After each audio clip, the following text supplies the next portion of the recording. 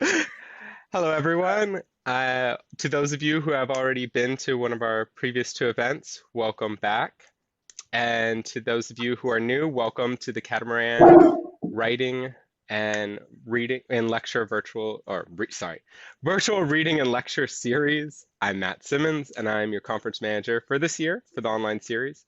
We're sorry that our conference can't take place this summer in the beautiful Stevenson campus on 17 Mile Drive, which has been a 7-year tradition for the conference. But next year, we will have it there from July 25th to the 29th, 2021, and you can register for it on the Catamaran website. And so we haven't so much canceled as postponed it, but we don't want to wait that entire year to connect with poets and writers who are associated with Catamaran. And so we have this sequence over the next few days, and you can check out all the different events on Crowdcast Catamaran Literary Reader. So last night we had James Smiley, and I hope you were all able to see that. If you weren't, you can go to Catamaran and you can watch the video on demand. Earlier today we had Zach Rogao, so you could watch that as well. Now we are about to have Susan and Joe Millar, who are going to do some readings, also poetry. But on Tuesday, we're going to turn to fiction with Karen Joy Fowler, Josip Novakovic, Lisa Fugard. And then on Wednesday, we turn to nonfiction to close it out with Neil Snydow, Joan Staffen, Charles Hood, and Dan White. And we hope you will join us for some of these events. Like I said, if you click on the Catamaran Literary Reader on Crowdcast, you can find them all. You can register for all of them. You should definitely come to as many as you can. So, like I said, Susan, who is on screen, will be the first reader for tonight. Susan Browne's poetry has appeared in Ploughshares, The Sun, The Southern Review, Rattle, New Ohio Review, the American Journal of Poetry, and 180 more extraordinary poems for every day. She has published 3 collections of poems, Buddha's Dogs, Zephyr, and Just Living, which won the Catamaran Poetry Prize for 2019. Awards include prizes from Four-Way Books, the Los Angeles Poetry Festival, and the River Styx International Poetry Contest. She lives in Chico, California. So, Susan, it is all yours. Dazzle us with some reading. Thank you. Thank you, Matt. Hello. I'm so glad to be here on the, not the Zoom, the Crowdcast. I'm learning all this technology.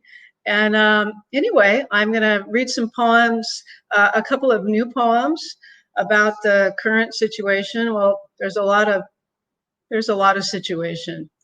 But anyway, and then I'm going to read some poems from my latest collection, Just Living, that was published by Catamaran. And so this first poem is called, And for God's Sake, Humming.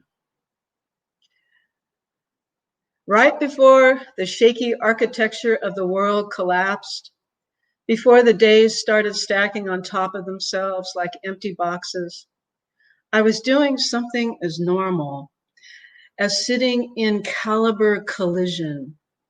I'd driven to the Sierras to see my niece for her birthday, and on the way, a flying cooler smashed into my front bumper and bounced up into the windshield, and I believed all hell was going to break loose in my face.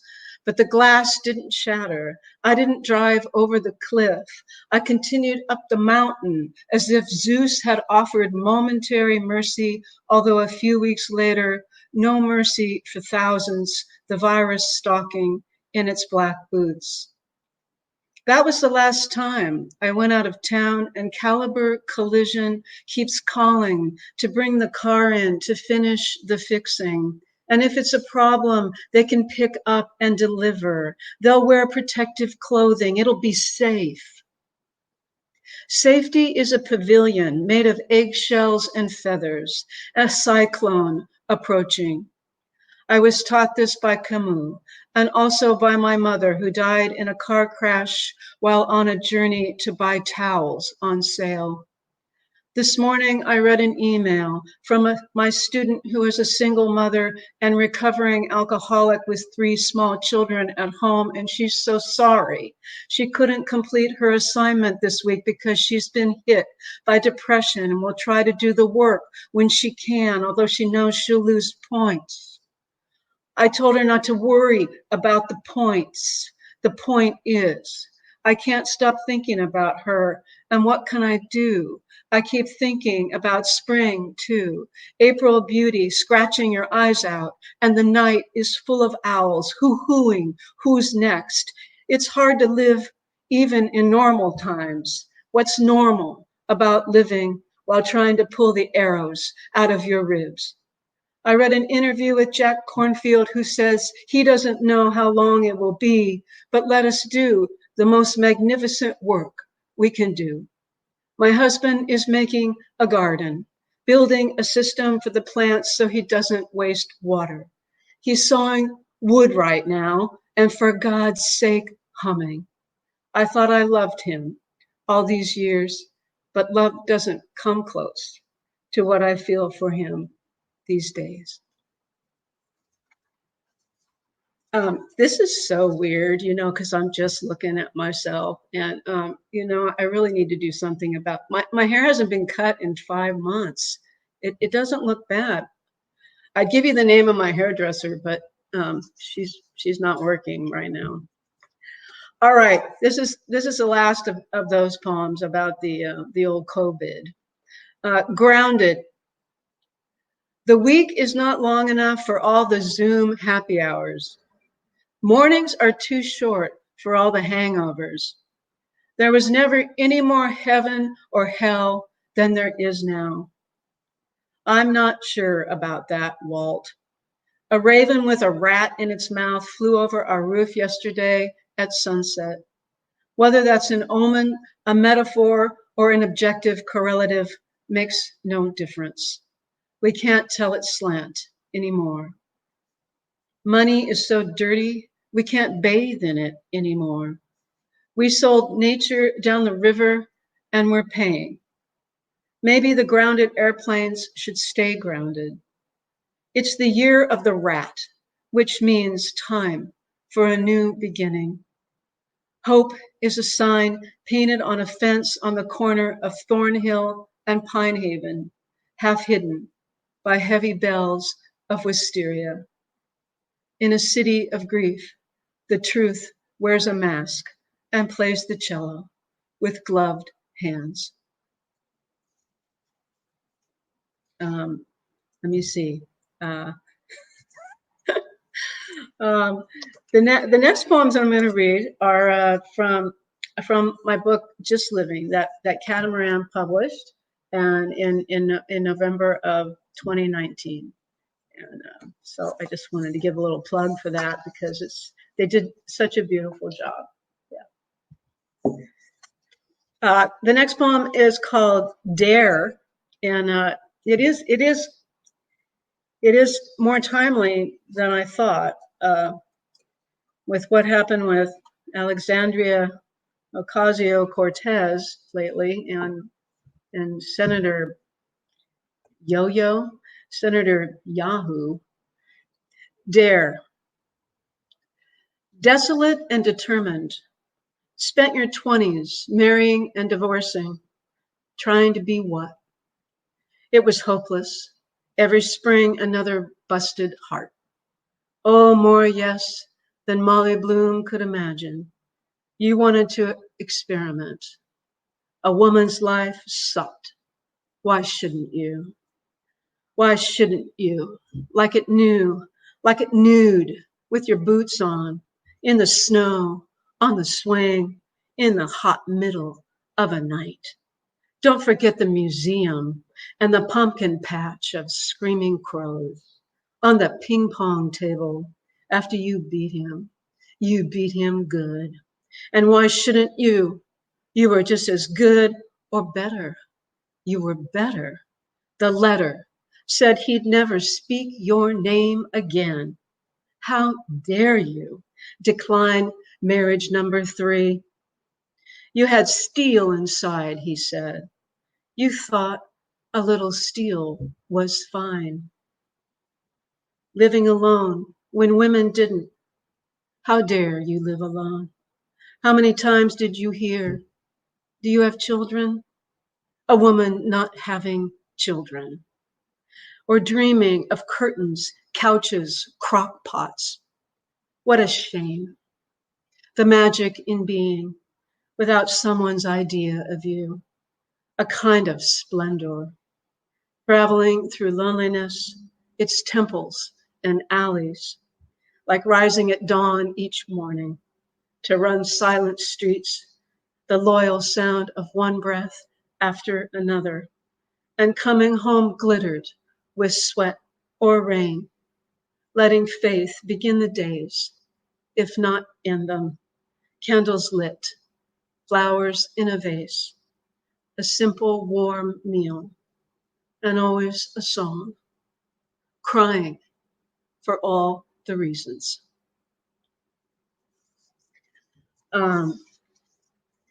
My my father, without any audience feedback, it's very strange.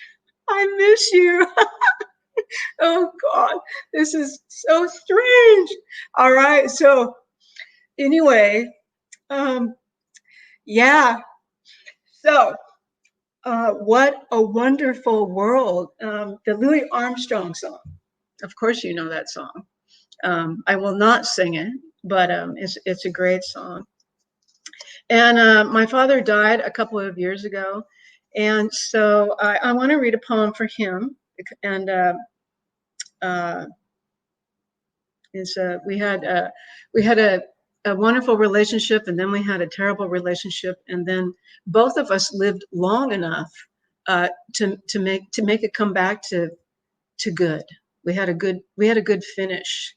I played tennis with a friend once, and she said to me, we were losing, and she said, all that matters is that we have a good finish. I thought, yeah, that's what we need, always. What a wonderful world. After I drive away, leaving him at the assisted living home, I pull over to the side of the road and watch tumbleweeds rolling across a field of rocks. At lunch, my father wanted to know why he's still alive. Possible answers: 1, to learn more. 2, bad luck. 3, stubborn heart.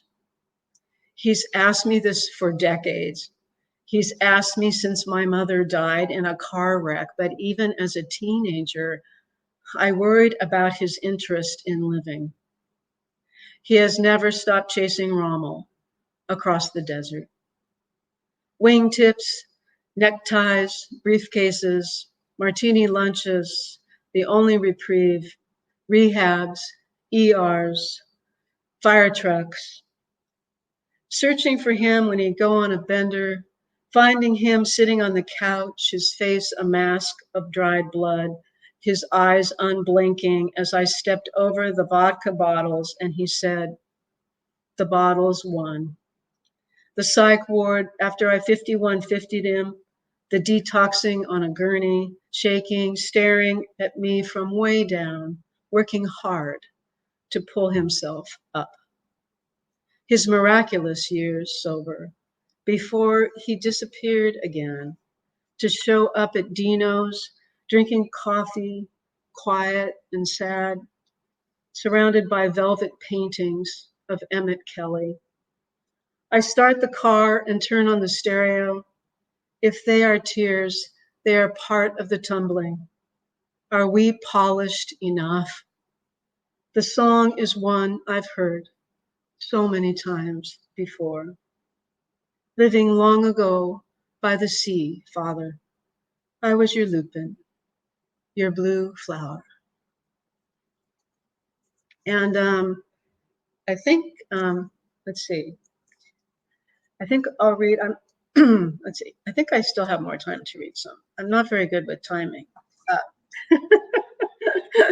I'll read this one, but it's only 5:15. I think I'm supposed, maybe I should read, I'll just read one more.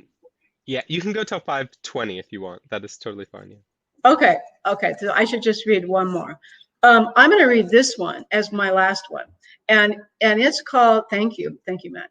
It's called Blunder. And I just love that word, blunder, just blundering along in the world. And this is,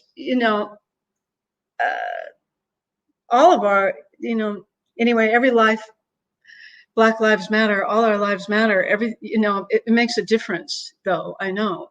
It's just that, yeah, we blunder. We're in this world of blunder, and maybe we can fix it soon. Blunder. I called Lorna Lorena, and Lorna was upset because she doesn't like Lorena for something Lorena did. I never got the full story. We started playing tennis, and while we hit, I was deep in my head. You know how far you can go in that sphere of dimensionlessness? And without realizing it, I called Lorna Lorena again. Don't ever call me that name, she yelled. I apologized, and at the break, went into the restroom and repeated, Lorna, Lorna, Lorna, but kept thinking, Lorena. You know how hard it can be to control what you want to control? Some kind of inner prankster jangling your chain like a Lorenic Tourette's? Later on, Lorna made a great shot. And I said, great shot, Lorna. She stared at me like I'd turned into Lorena. That stare was so thorough, I wasn't sure I wasn't Lorena. I decided not to use anyone's name for the rest of the day, and I shouldn't be using Lorna's name now, because if she ever sees it, I'll wish to God I were someone else. Maybe my neighbor Laura, who's on vacation trekking the road to nowhere in Iqaluit, Nunavut. In important ways, we are everyone else. And there are times when I want to change my name. I think of Rocky Balboa, the bloody scene in the ring when he cries out, Adrian, after he's lost the fight. What a beautiful sound when love beats everything. All right, thank you very much for coming. That was really great. Those were amazing. Thank you so much for reading. Thank you.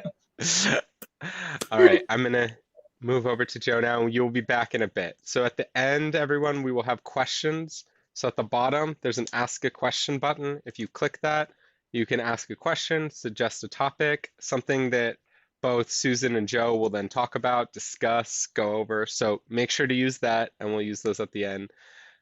So let me introduce Joe Millar to all of you. In case you don't know, Joe Millar is the author of 4 books of poetry and 3 chapbooks, and the winner of fellowships for the Guggenheim Foundation and the National Endowment for the Arts. His poetry collections include Blue Rust, Fortune, and Overtime, which was a finalist for the Oregon Book Award. He teaches at Pacific University's Low Residency MFA program and at North Carolina's State MFA program in creative writing, and lives in Richmond, California with his wife, the poet Dorianne Locks. All right. And one other thing, there's the buy their books button right below here. If you would like to buy signed copies of Joe or Susan's books, click that and it'll take you straight to the book fair page where you can do that. All right, Joe, it is all you. Good evening, ladies and gentlemen. What a great pleasure to read for Catamaran's festival of digital reading in space and writing in space. So I have a combination of poems here. I'm supposed to stop at a quarter of, Matt. Is that right? Maybe Matt, come on and tell me. Yeah, at maybe 5:35. 5:35. You got it. 5:35 it is. Okay, this is a poem. Some of these poems are from, I have a couple in here that are from Kingdom. I have one poem that's from Overtime. Both of those fine volumes are for sale if you just click that button. And the other ones are newer poems that I wrote for New and Selected that's going to come out from Carnegie Mellon in the fall of 21. Yeah, this is a poem called Pablo and Me, and it's about Pablo Neruda. In California, it's laundry day, and I'm dreaming of Pablo Neruda, who's ordering lobster and crab in a small hotel by the sea, the shells piling up and the wine bottles, vessels of deepest green, settled amidst the gorgeous wreckage, interrupting himself now and then to give directions to the beach or the ladies' room or to order more wine. And I tell him, this is no way for a humble communist to behave, who spoke truth to power when the miners went on strike. And he says, what do I know? I'm not the one who hid from the law months at a time and had to escape into Argentina, horseback under cover of night. So now I'm afraid he'll stop talking to me, but he says not to worry, and I believe him, that we can have cakes with nuts and whipped cream, and then I can ask if he'll come back once more and read his extravagant poetry. In the laundry room next to the kitchen, the clothes are thrashing around like poems that refuse to be abandoned, politically conscious or not. Inside the washer's ferocious orbit, T-shirts and red bandana wedged in the Levi's zippers. They keep dissolving ancestral dirt from worn-out collars and fraying crotches bunched up in their threadbare seams. And I'm stranded here at the kitchen table, down to my last pair of shorts, the smell of beets roasting in the oven, smoky and rank as the grave. And this is not Isla Negra with its mermaid goddess looming out of the wall, its Hindu carvings and glass butterflies, its studio floor paved with seashells. This is the kind woman's kitchen, a soft rain falling outside the door where I dream of the Chilean poet, his skin of dark felt and his eyes of water gazing down into the sea. Pablo Neruda. He was always one of those poets that when I read them, there's certain kind of poets that when you read them, they make you want to write. You know what I mean? They make you want to get up and do it yourself. And then there's other kind of poets that you read them and they're great in some other way, but the way that they're great makes you feel like, Jesus, I could never do that.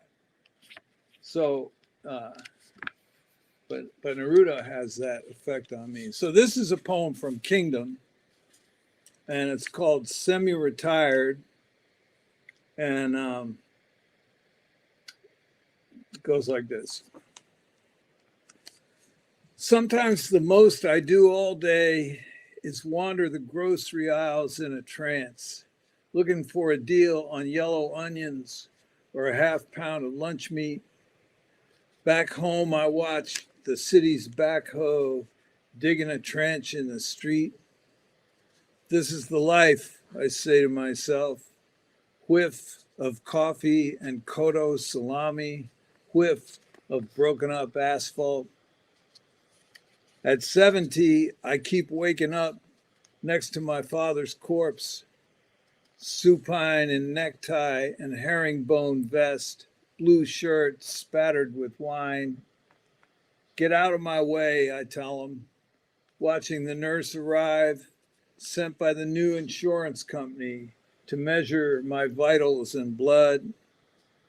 I try to keep quiet during the week, though I love my small-time anonymous self, breaking jars in the trash bin, destructive and silent and grandiose, lost in its dreams of ashes and theft and speaking about them to no one. And my body seems like a sister, sister of fluids and oxygen, sister of sleep in the afternoon. I roll up my sleeves and hold out my arm to the home nurse, resting her thumb on my wrist, looking down at her watch like an overweight angel of mercy, listening to the blood running back to the heart, telling me to breathe and let go.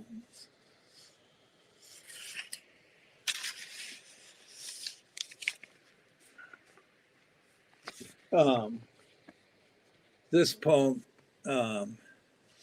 is called Hands. Hands, like your hands. The secrets of hands fallen in ruin, knuckles collapsing under pocked skin, tendons aching, the body's rust, though you have certainly not grown thin.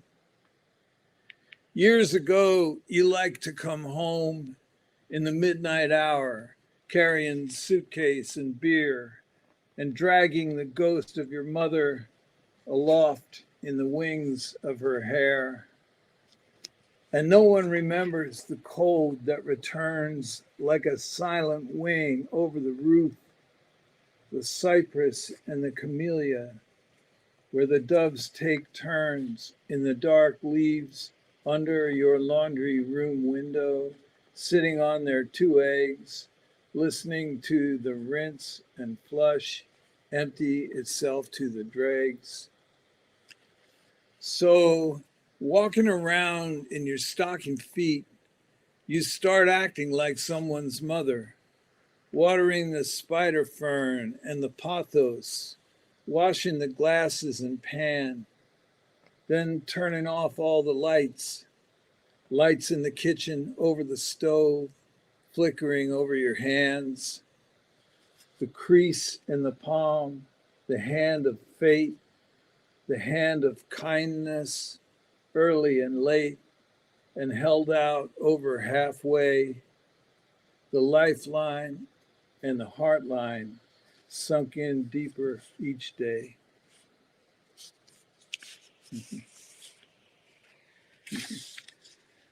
So, I tell you what, I want to read this poem. It was in overtime, and I don't have too many to go, so I'm going to read it. It was like I was reading about Carl Jung, and then I finished the first volume only of Remembrance of Things Past. So I still have 6 more or whatever it is. I still can look forward to the rest of those. But I wrote this it's called Waking Up After Reading Proust. Maybe the heart decides while we sleep what to remember, and the lights of a coal truck sweeping our walls at midnight will revisit us as an angel's face we have already known.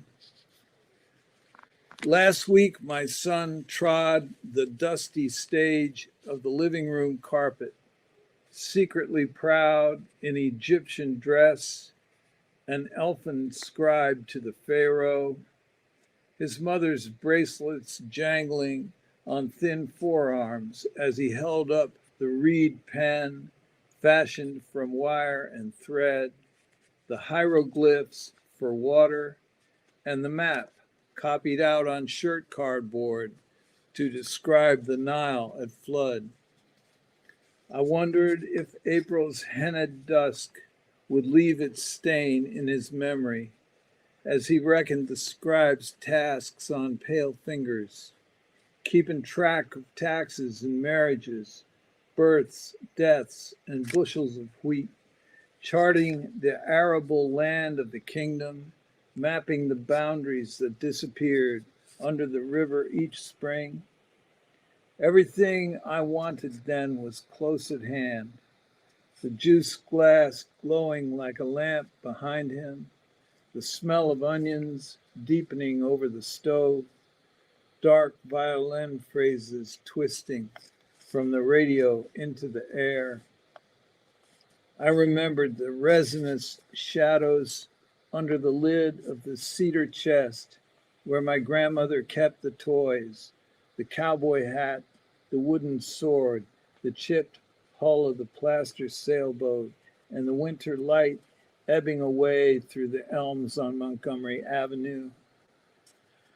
And maybe the brown pond gleaming like an amniotic veil under the arbor at Swan's estate leads down to that darker ocean Jung says belongs to everyone, over the deep sea fracture zones where the gods jostle and shove. Its tides keep bearing the fragments up into more peaceful water. Hawthorn cluster and village steeple, the Madeleine soaked in lime blossom tea, all shining with mud and phosphorus on the dream's brief shoreline before the waves close over us again. And I got one more poem, and this you're never supposed to do, but I wrote this poem today. And so I'm excited to read it to you guys. Because I've been trapped in this rhyming thing for a while, and I continue to be trapped there. So I'm trying to enjoy it. This is called Poem for the Soul. I'll be here when the sky turns red, over the back porch and sidewalk and fence, the cracked cement and the red painted wagon, half filled with plants and dirt. And I'll be here standing outside your window at the long, dark, sandy ends of the earth. For I have tried to take words from the paper, tried to take words from the sea, which keeps saying everything more than once and throwing its shrouds of foam on the rocks and waking up early and grabbing its socks. Because writing a poem is like gambling. It dares you to look away. It dares you to get up and take a piss, and it knows you just want to play. It's not afraid to come out of the cave, but it might not come out all the way and show you something true you can say. For the truth owes you nothing. You can drink to that. It's endless and runs through the night and the day, though it never gets tired and it's not confused. No matter that you trace a dim line on the page in the shape of a dusty, slow-burning fuse, without one extra thought or one extra breath to show for the years of your age. Thank you very much. All right. Thank you so much, Joe. That was amazing as well. Thank you. Okay, so now I have the two of you. We don't have any questions yet, but everyone, there are questions. Ask a question at the bottom will help you, suggest a topic for us to discuss. I would say one thing that came to mind, maybe it's like the lowest hanging fruit here, but the way memory plays into both your works. I think Susan, yours is much more memory centered on different figures in your life, and I think Joe, the one I picked up on, the easy one was Proust, right? In that first of them. So I think how has that played and shaped the different, oh, and we have questions, so after this we'll get to those. How has like memory played into the different ways you write? Does personal recollection create a different poem than like social recollection or something along that line? Is it easier to write maybe from personal memory, I guess would be another way to phrase it. Well, when I first started writing, memory plays a huge role. Memory and observation. memory and paying attention. So my poems are either about something that I remember, or they're, and more as I get tired of listening to myself about my memories, and my memories kind of float away faster. I spend much more time paying attention. Yeah, so I think I like that now. I'm more in the present of paying attention. But the memories came from being a person who paid a lot of attention. Yeah. Right? Yeah. I mean, the poet, the writer is always recording. Yeah. That's why people don't really want us around. Yeah. Yeah, I know. I think that's all that's right. They say memnosine, right? That's supposed to be the first muse, I think. The muse of memory. Interesting. And yet, at the same time, I mean, I remember using the phrase like I did in that poem. I remember, and then going off into this thing, and the poet Phil Levine, writing, striking that phrase, and writing in the margin, "Don't remember, enact." Oh yeah. But of course, he remembered his ass off his whole life. So well, yeah. Yeah. But what you have to do is you have to enact the memories on the page. Yeah. That's the thing. That's pretty good. Yeah. So that's what I always think of. But of course, it's a big source of material. That's what we have, our experience. That's what we have. Yeah. Makes total sense. All right. So for questions, one of the first ones we have is, do you know where your poem is going, or do you let it lead the way? Go ahead, Joe. Well, as I say, I'm in this thing now where I've gotten fallen under the spell of rhyming a little bit. And I started to get into it in Kingdom, and then it's just been increasing its hold on my consciousness.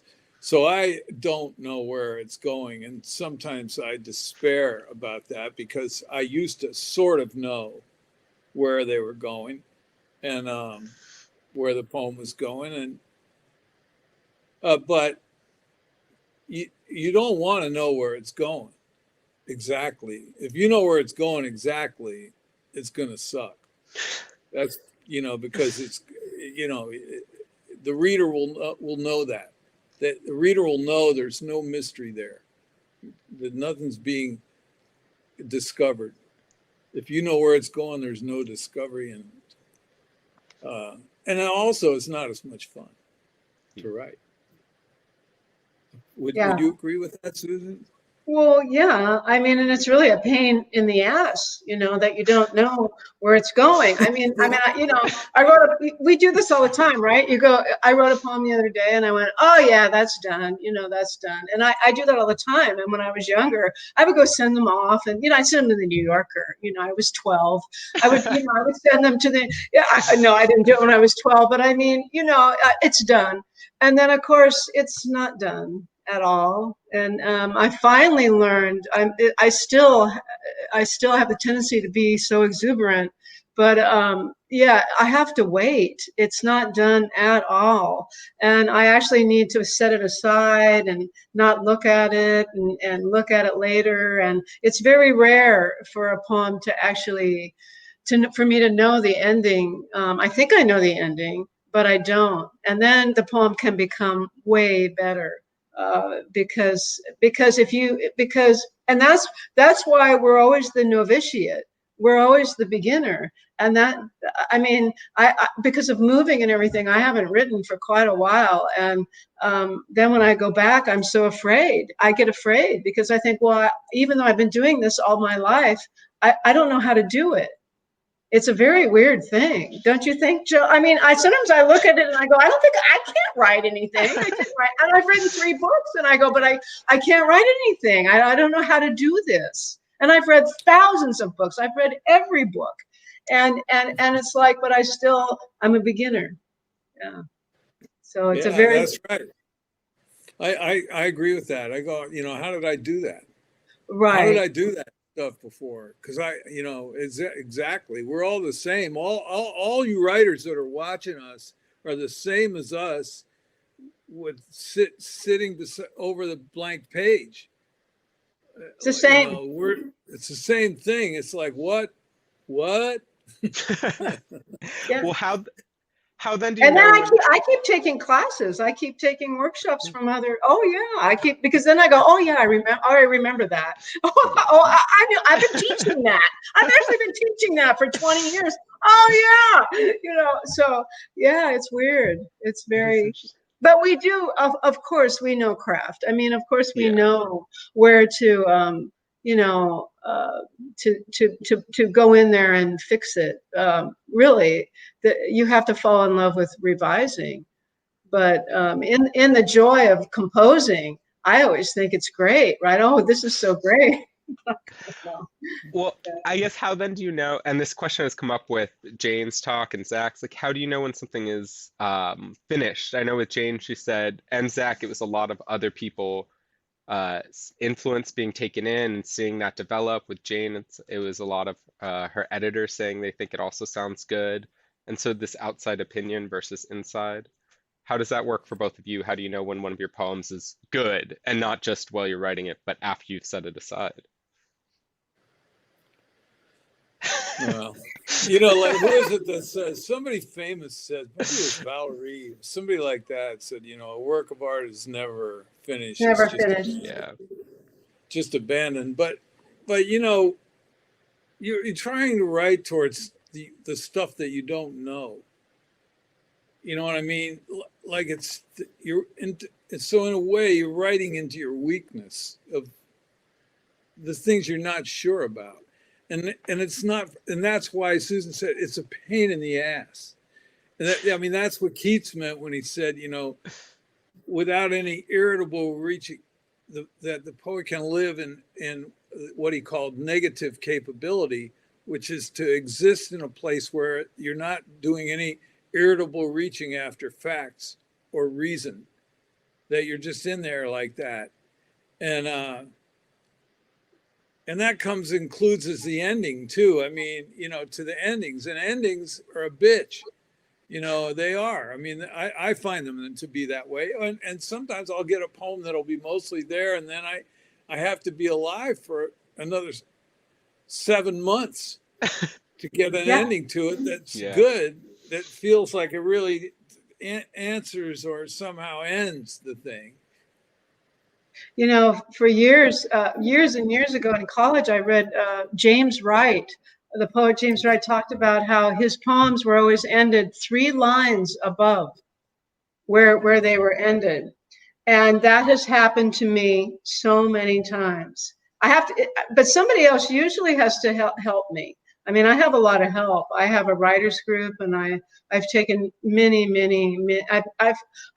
I've been taught by every fantastic poet in the United States.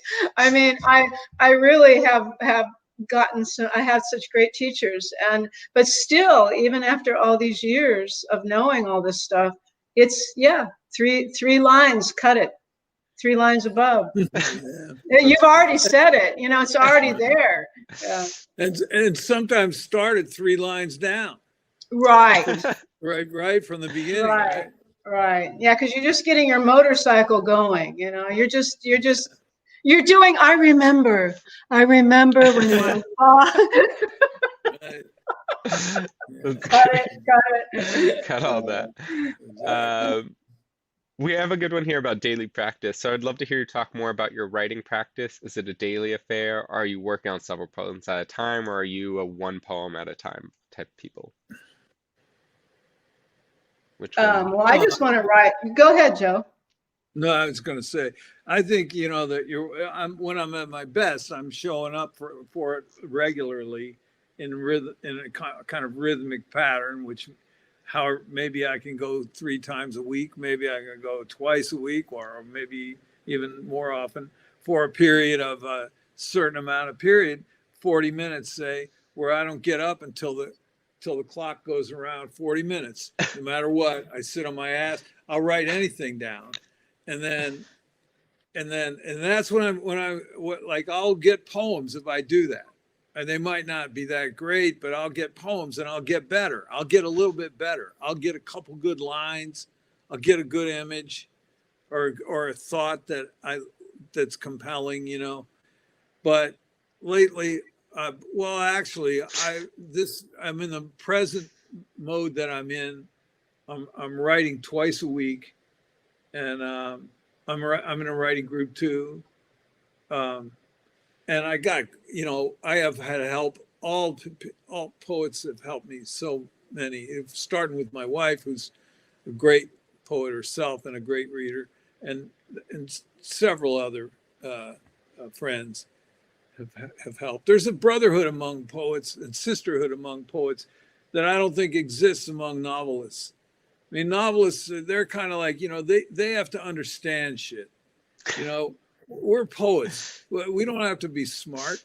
You know, we just have to, you know, do the deal.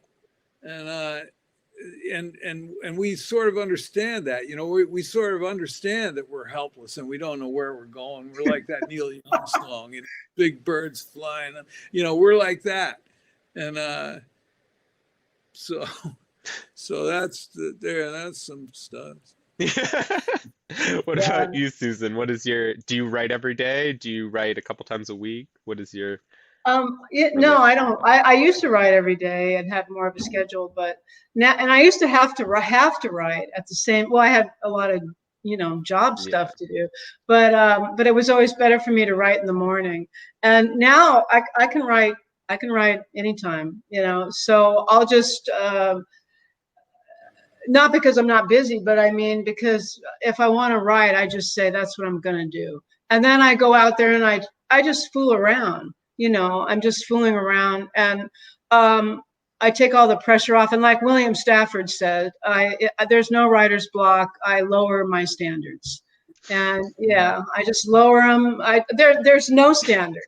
And I think people think that, we don't know what we're doing. And poets are the people, the magical, I think we're, we're the magical ones who we're in some other realm where we're not supposed to know what we're doing. We're not supposed to have we're supposed to go in the place that we don't know where we're going at all. And I think I think it takes a long time as a novitiate to get there, to be the novitiate, and yet still have some craft, and you go into the nowhere land, but more stuff comes to you. What is that? There's a saying, you take 2 or 3 steps towards the gods, and the gods take 12 steps towards you. I mean, I always believe that. Like, I just have faith that if I keep, like, I'll write 3 pages, and there'll just be a bunch of junk and complaining and whining, you know, but then there'll be something maybe if I keep doing that. So that's, and then I read a lot, reading, absolutely, like Pablo Neruda, reading people that make you write. Like, I can't read a Bob Hickok poem. If I read a Bob Hickok, I can't even read like half of one. I don't know. There's something about his poems that get me going. And it used to be Dorian, or it used to be, you know, and Dorian still, I mean, different people. I'll read a poem by Joe, and I'll go, okay, I don't even get to the end of his poem, and I want to write something. So that's my writing practice. Yeah, I think both. That's really great. I especially like hearing all the failures in the writing process of just writing nothing, but eventually finding like a gem in there. That's reassuring in some ways. And also, really, you know, it's Marie Howe said a long time ago to a class I was in, she said 10 observations a day. And Jack Gilbert, I took a class from him too, and he said really basically the same thing. To pay attention. You don't have to do any editing or commentary, or you just look at stuff and write down 10 observations a day. And you know, so if your notebook has got like 50 observations in them, there's probably going to be, you know, something there. I like that. We have a couple questions about rhythm. So I'm going to read out the few we have and then see where we go from there. So tell us more about how you feel about rhythm. You said you were trying to get away from it. So this one I think is to Joe, but then there's also um, for you, where does the rhythm of a poem most often come from? Other poems, nature, your body? What are your Um, takes on these? but my take on it is I don't really know, but it comes from inside of me more. I think from my body and just yeah. I mean, I have rhythm. You know, everybody got it right. You know, argue your heart's beat, and so I start saying once I've said out a line or two, now I'm like I get caught up in it, and I've decided to just let that go, let it rip, you know, and that's kind of the way I'm writing now. But I didn't always write like that. I had more prosaic syntax that I would then work to compress and break into somewhat rhythmic units that could be, you know, that would, and then compress it some more, make sure put some images, mess with it than I do now. That's rhythm's big deal though. Yep. All right. Let's see. We have about working with students. When working with students in on their poems, how do you balance the changes you suggest and maintaining the poet's vision? Which is interesting. So maybe also you could reflect on like your own work when you get notes. Like how do you incorporate those that actually seem to recognize the vision versus not? You want to go on that one, Susan? Well, yeah, that's a really good question, though. It's one that takes a lot of thought, and um, I would just say, as briefly as I can, that when I look at a student's poem, I really try to leave it alone as much as possible. In other words, I want to see. That's how I try to see the vision, because it's a really intimate act. You know, working with somebody else's poem, and poetry is intimate anyway, and because anyway for so many reasons, but I don't want to wreck someone's poem, so and what the possibilities are, so I'm very careful, and I look at the things that are really working. You know, I just look at the things that are really working, and I try to build on that, and then the things that I have really got to go, you know, like, you know, if there's just a terrible cliche in there, you know, I mean, it's going to have to go. I'm just really, you know, I'll just say, hey, you know, is there a way to remix this? Is there a way to make this uncliched? Otherwise, maybe, you know, find something else. And it also depends on how old the student, you know, how long the student's been writing. And so it's very tender and very, you have to be very careful. Yeah. Yeah, I agree with that. It's very delicate work. One thing is, you know, because I write poems and spend a lot of time trying to write poems, I sort of have a Geiger counter that starts clicking when I get around the lines that are happening in a piece of student work, where the energy starts to come in strong, and I will point that out to the student. You know, in this piece, in this part right in here, this is really, you see the difference between this writing here and this other writing. You know, The heat. so Yeah. Yeah. you know, sometimes use the student's own work to help the vision of the poem come through more clearly and with more power. Mm-hmm. Yeah. Really like that. Using their own work as a kind of proof of what they can do. Let me see what else we have question wise. There are a few questions about Neruda, so let me just ask those quickly. So Joe, the poem about Neruda was so interesting. Do you feel he was with you or more in your imagination, if that makes sense. And someone else also asked again for the title of the poem. The title is called Pablo and Me. I don't have very much of a psychic sense of anybody being with me so much, but I just love him so much. And I love that he had a big picture of Walt Whitman on his desk, and he was a giant. And I didn't even really get to read him until I was out of college, because I'm so old now. I'm 75.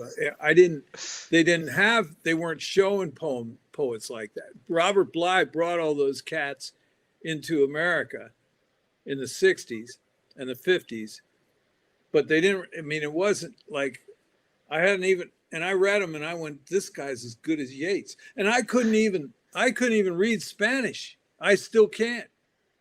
But I think one thing I do think about that is sometimes reading a poet in translation is a good thing to do, because you're not going to steal any of their language. You'll get their images maybe, but anyway, I just love Neruda. That's really great. Giant, 20th century giant. Yeah. And now, this is a great question for, I think, the both of you, and especially Susan, with your talking about studying with every poet in the country. If you could study with any poet you wanted to, who would it be and why? Like, who would you want to study with? You mean right now? Yes, let's go with right Oh, I now. guess it Yeah. wouldn't be tomorrow. I Yesterday. mean, maybe not with COVID, but after. Wow, that's interesting. Because oh, I don't. Oh, wow. Who really? That's one of those tricky questions, which is basically, who's the poet right now that really knocks you out? That you think is one of the great poets right now, and there's so many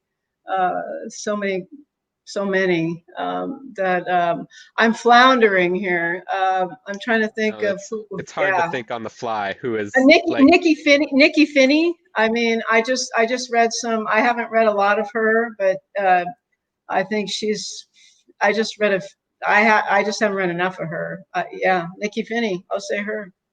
Yeah. Joe, is there anyone that particularly has blown you away right now? Well, I was going to say Rilke. Rilke. I mean, it counts. Like the person can be Rilke. long dead. That's fine. Or dead poets. Yeah. I mean, that really is. That's tough. Nikki Finney would be great. Yusef Komayaka would be great. We're naming black poets. Both of us. That's pretty cool. That's good. That's enough. Okay. The great Sharon Olds. Sharon Olds. Yeah, to get to study with her. Yeah, and then, so I think maybe for the last question, how do you think poetry can respond in times like we're in right now? What does the present moment affect your writing process? Does it not play in immediately, or will it be something that in the aftermath it'll be more reflecting and remembering that will play in? Well, I think it's unfortunately very much affecting my writing life. I say unfortunately because I don't know. I think it's going to take a while to process all this. This is so huge, what's going on right now on so many different levels. And for me, it's really overwhelming. And I've written, anyway, yeah. So, yeah, how can you not respond to this situation? You'd have to be dead to not respond to this situation. Yeah. But it's been okay. Joe, you go ahead. No, it's good. What you said is good. And you've done much more of it than I have. I mean, the stuff that I've tried to write for the most part about everything that's pressing in on us has not been very successful. So, but you keep sputtering. We're like you get it by osmosis. Yeah. And so. Yeah, I'm sure it's one of those things that comes in ways you don't even realize sometimes. All right. Well, thank you both very much. I enjoyed both your readings. It was incredible. I know sometimes it's difficult without the audience, but I'm sure everyone was clapping and snapping and so on the whole time. Again, you Well, can buy thank their you. You were a fantastic MC. Thank you. thank you. Yeah, Matt, you were great. You were a technological wizard and a That fine is you can buy their books at the link below. Buy their books. There'll be signed buy the copies. books. Hell It would yeah, be buy the great for them. books. Definitely do that. Check out the readings tomorrow and on Wednesday. We will do fiction and nonfiction. Just as a reminder, all the previous events and this one are viewable on Crowdcast. You can watch the video on demand. So in case someone didn't catch it or couldn't make it, you can just send them the link and they'll be able to watch it then. All right. Thank you again. And I will see all of you tomorrow. Thank Bye. you, Thanks, guys. Matt. Yeah. Thank you, everybody.